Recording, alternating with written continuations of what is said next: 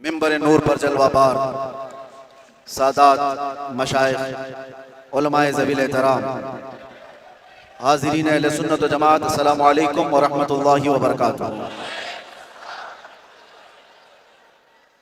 अल्हम्दुलिल्लाह अल्हम्दुलिल्लाहिल हन्नानिल मन्नान अल्लज़ी खलक़ल इंसान व अल्लमहुल बयान वस्सलातु वस्सलामु अला रसूलिही सय्यिदिल इंसी वल जान व अला आलिही व अस्हाबिही ज़विल खैरि वल इहसान, अम्मा बअद।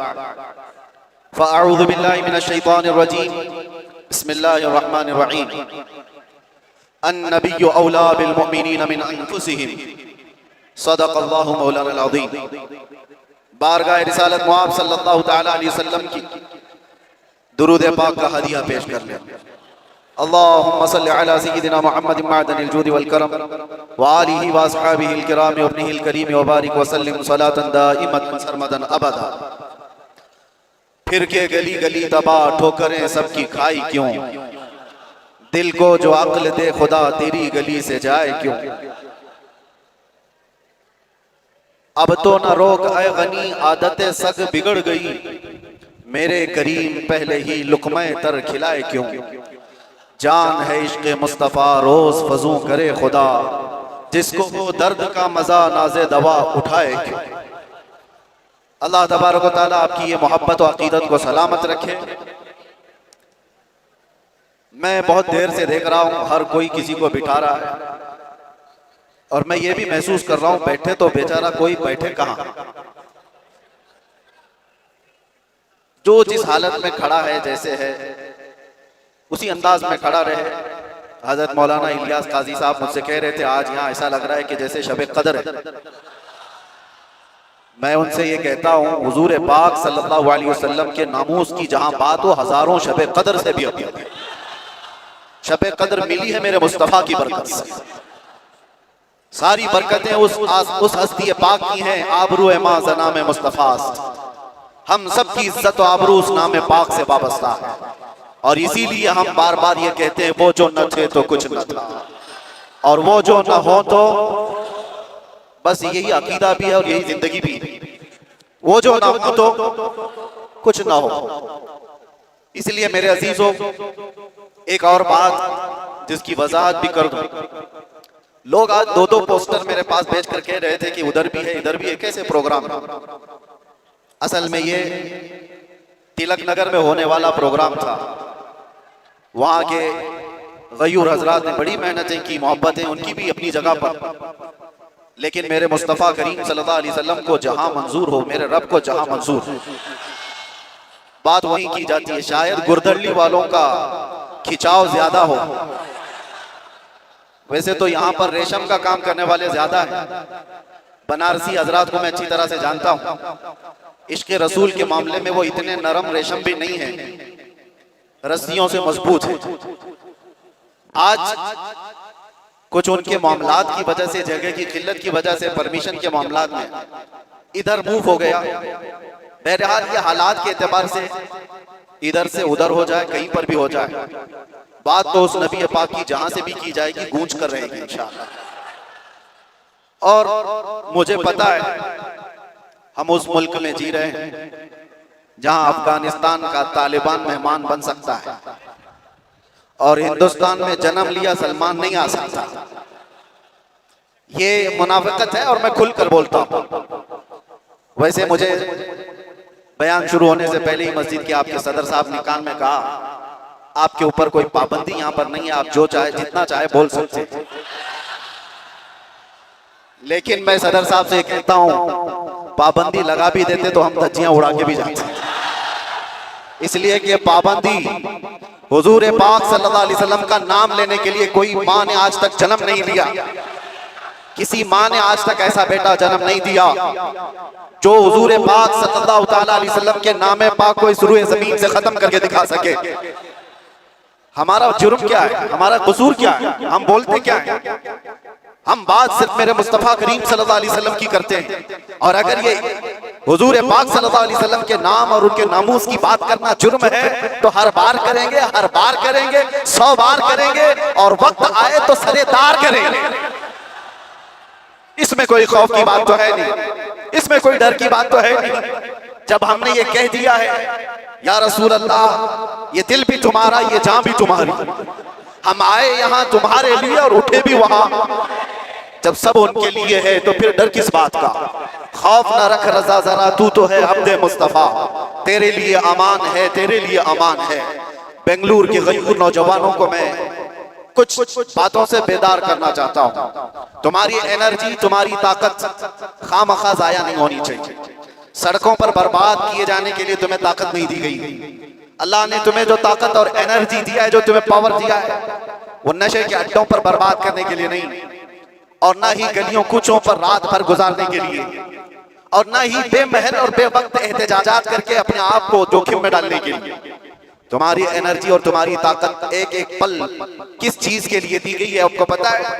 जिंदगी ये नहीं है किसी की किसी के लिए, जिंदगी है नबी की नबी के लिए, और ना समझ मरते हैं जिंदगी के लिए, और जीना मरना है सब कुछ नबी के लिए। तुम्हारी जिंदगियां इतनी सस्ती नहीं है, तुम्हारी जिंदगियां इतनी हल्की नहीं है कि कोई चोर उचक्का हाँकता हुआ तुम्हें किसी भी तरह से लेकर चला जाए और अपने अपने मकासद का निशाना बनाए। ऐ नौजवानों, जिस दौर में आप जी रहे हो, होश और हवास के साथ जियो। कानूनी मामलात और उसकी पेचीदगियों को समझो। दुश्मन किस अंदाज से तुम्हें वार कर रहा है, इस चीज को महसूस करो। यकीनन मेरे आका सल्लल्लाहु ताला अलैहि वसल्लम की मोहब्बत और उनकी असमत एक ऐसी चीज है जिस पर मुसलमान कंप्रोमाइज नहीं करता, और ये दुश्मन को अच्छी तरह मालूम है। हमें भड़काने के लिए, हमें आपे से बाहर करने के लिए, जानते हो वो कौन सी चीज का इस्तेमाल करते हैं? सिर्फ और सिर्फ मेरे नबी का नाम इस्तेमाल करते हैं। उनको पता है इसकी माँ की गाली से भी उतना नहीं भड़केगा, ये इसके बाप और इसके खानदान को कोसो तो भी नहीं भड़केगा, इसके घर को बिल्डोजर से तोड़ दो तो भी नहीं भड़कता। ये अगर बेकाबू होता है तो आमिना के लाल की इज्जत पर उंगली उठाने से। ये अच्छी तरह से दुश्मन को मालूम है, इसीलिए बार बार इस तार को छेड़ा जाता है। उन्हें छेड़ने दो, वो अपनी हैसियत के मुताबिक छेड़ करके समझ रहे हैं, लेकिन हकीकत में मेरे अजीजों मैंने महसूस किया इस कौम को अल्लाह हमेशा सलामत रखे। मैं कभी कभार रातों में बैठे फिक्र भी करता कि इन नौजवानों से मुस्तकबिल क्या होने वाला है, जो रात भर नशे के अड्डे में गुजारते हो, गाने सुन करके दिन भर बिस्तर पर सोए रहते हो। उम्मत मुस्लिमा का क्या होगा? हम पहले बहुत जज्बाती तकरीरें कर चुके, माशरे की इस्लाह के लिए हर बुराई पर हम उंगली रख चुके, बहुत फिक्र अंदाज, काफी फिक्र होती थी। लेकिन मैंने देखा ये वो नौजवान जो नशा में मेरे साथ जेल की कैद काटे हुए नौजवानों को भी जानता हूं, जो हर तरह का नशा करके आए हुए थे, एडिक्ट थे, और कोई 10 साल से, कोई 15 साल से, कोई 20 साल से, और सारी कड़ियां जोड़ करके मैं आकर के देखता हूं कौन है जो इन्हें नशा पर उभारता है, कौन इनकी गलियों में नशा बेचता है, कौन सप्लायर है, कौन उभारता है, कौन पहुंचाता है। कानून को भी मालूम है कहां बिक रहा है, कहां सप्लाई हो रहा है, सबको पता है। और खासकर तुम्हारे मोहल्ले क्यों टारगेट है, कभी सोचा आपने? ये सिर्फ बेंगलुरु की बात नहीं, जाओ मुंबई जाओ, कलकत्ता जाओ, दिल्ली जाओ, किसी भी, हैदराबाद, हर इलाके में मुसलमान क्राउडेड जो इलाके हैं, हमारी ज्यादा आबादी जहां पर, उन इलाकों को इन तमाम बुराइयों से घेर लिया गया है नशा से। क्यों तुम टारगेट हो? वजह यही है मेरे अजीज, इसलिए कि दुनिया को खौफ दूसरी कौमों से नहीं, मोहम्मद अरबी के गुलामों से इतना डर है कि इसी दिन ये खड़ा हो गया तो दूसरों की नींद हराम कर देता। पता है इसको इन तमाम खुराफात में मुलव्विस करके, नशा का आदी बना करके इसको सुला दो। ठीक है, इन्होंने कर लिया, किसी को 10 साल से, किसी को 20 साल से, किसी को 25 साल से नशा में मुब्तला करके रख दिया। हम भी डरे हुए थे कि ये नशा खोर नौजवान क्या करेंगे, मुस्तकबिल क्या होगा इनका। लेकिन मेरे अजीजों, मैंने अभी माजी करीब में, साल 2 साल में ये भी महसूस किया, नशा छोड़ना आसान भी नहीं है। जो एडिक्ट होता है वो जल्दी छोड़ता भी नहीं। अरे गुटखा नहीं छोड़ता तो वो दूसरी बातें कहां जल्दी छोड़े। लेकिन मैंने इलाज भी देखा, ये वो नौजवान 10 साल, 12 साल, 15 साल से नशा में एडिक्ट हैं, पूरी दुनिया ने इनको टारगेट कर कर करके नशा खिलाया और इनको 36 घंटे 48 घंटे सोने वाले नौजवान बनाया। मैंने देखा है 36 घंटे सोने वाले, और डर था हमें कि इनसे होगा क्या मुस्तकबिल। लेकिन मेरे अजीजों, हमारा ये अंदेशा, हमारा ये डर गलत निकला। दुनिया ने सब कुछ एड़ी चोटी का जोर लगा दिया इस नशा में मुब्तला कर कर कर करके कि इनको मफलूज कर दे, इनको पैरालाइज कर दे। लेकिन मैंने देखा, एक बार पुकारा आई लव मोहम्मद, उसके बाद फिर देखा वो नौजवान जो 20 साल से नशा में है, नाम मोहम्मद का नशा चढ़ गया है। मैंने पूछा वो पुराना नशा कहां चला गया? पुराना नशा जिसमें 36 घंटे सोता था, वो नशा कहां चला गया? मैंने उन नौजवानों को देखा, वो झूमते हुए कहते हैं वो नशा अलग है, ये उस मुस्तफा के नाम की मोहब्बत का नशा अलग है। मैं ये चाहता हूं मेरे अजीजों, आओ उस नाम पाक के नशे में, इससे बढ़कर के बेहतर खुमार कोई है नहीं। इसीलिए जो उस मोहब्बत के नशे को पी लिया, तब फिर वो गुनगुना करके यूं कहा था, कुछ ऐसा कर दे मेरे किरदिगार आंखों में, हमेशा नक्श रहे रूये यार आंखों में। उन्हें न देखा तो किस काम की है ये आंखें, कि देखने की है सारी बहार आंखों में। आपको मैं उसी चीज की दावत देने के लिए आया हूं। नौजवानों, ये धड़कता दिल किसी लैला को देने के लिए नहीं है, एक ही दिल है। उस लैला को क्या दें जो हर 4 दिन के बाद मजनू बदल देती हो? उस लैला को क्या दें जो पैसे देख करके बदल जाती हो, मनसब देख करके घर बदल लेती हो? हम उस दरबार में अपने आप को डाल दें जहां के मुतालिक ये कहा, जब तक बिके न थे तो कोई पूछता न था। या रसूल अल्लाह, तुमने खरीद कर, सिर्फ अनमोल नहीं, बात यहीं तक नहीं है, जिसको रसूलुल्लाह ने खरीदा वो अबू बकर था तो सिद्दीक बनाया है, उमर था तो फारूक बनाया है, उस्मान था तो जुन्नुरैन बनाया, अली था तो हैदर कर्रार बनाया, बिलाल था तो फखरे आसमान बनाया है, अब्दुल्ला इब्न मसऊद को फखरे फिक़ा बनाया है। जो आया जिस अंदाज से आया, मेरे मुस्तफा ने उतना नवाजा है। आज के दौर में हम देख रहे हैं, मुझे दुनिया क्यों पूछती है, मुझे दुनिया क्यों देखना चाहती है? यहाँ का मजमा भी मैं जानता हूँ, ये सुनने कम देखने ज्यादा आया हुआ है। सुनने के लिए तो यूट्यूब से सुन ही रहे, सारी तकरीरें पहुंच भी रहे, और ऑनलाइन अभी भी चल रहा होगा, घर बैठ के देख सकते हैं। लेकिन ये उमड़ता हुआ मजमा जो देखने के लिए आया है, वो इसलिए कि मेरे अजीजों, दुनिया को ये बता दें, दुनिया सेलिब्रिटीज को देखने के लिए कतार लगाती होगी, ये उम्मत ऐसी है, मुस्तफा के कैदी को देखने के लिए उमड़ आती है।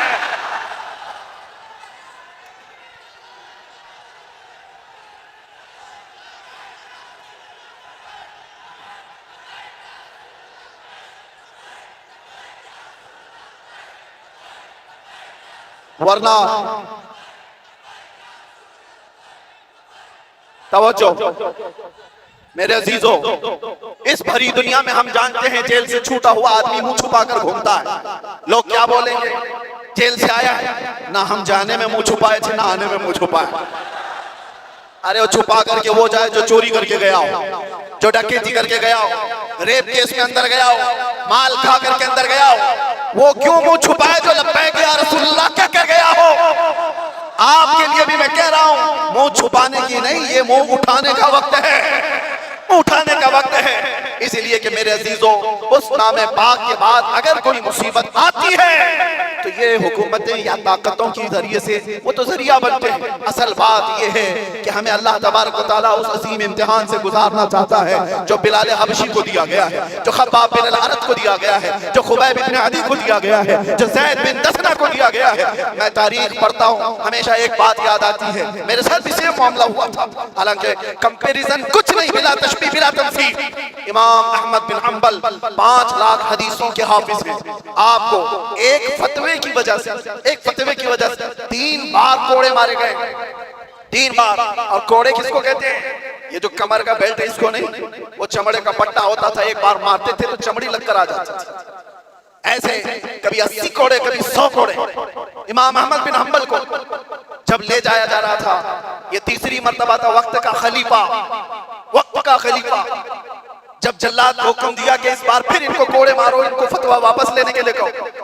एक शख्स ने कान में आकर के कहा, वो भी बड़े आलिम थे उस वक्त, कहा कि आप मुझसे कान में कहते से मैं सारा मामला सही कर लूंगा, निपटा लूंगा। आपने कहा मेरे मुस्तफा की इज्जत और उनकी शरीयत कानों में नहीं बोली जाती, कानों में नहीं। इसलिए हम भी भरे मजमा में कहते हैं। आप जा रहे थे तो एक मशहूर चोर था बगदाद, उसने पुकार करके क्या कहा, अहमद बिन हम्बल सुनो, मैं चोरी में 1500 कोड़े खा चुका हूं, चोरी कर कर करके बार बार पकड़ा जाता हूं, कोड़े खाता हूं, लेकिन फिर भी मैंने चोरी नहीं छोड़ी, चोरी अभी तक मुझसे छूटी नहीं है। अहमद बिन हम्बल, मैं चोरी छोड़ भी दिया अगर तो ज्यादा से ज्यादा मेरे बच्चों के पेट पे फर्क आ सकता है। आप ये कोड़ों के डर से हक बात बोलना ना छोड़ें, इसलिए कि अगर आप समझौता कर लिए तो पूरी उम्मत बर्बाद हो जाए।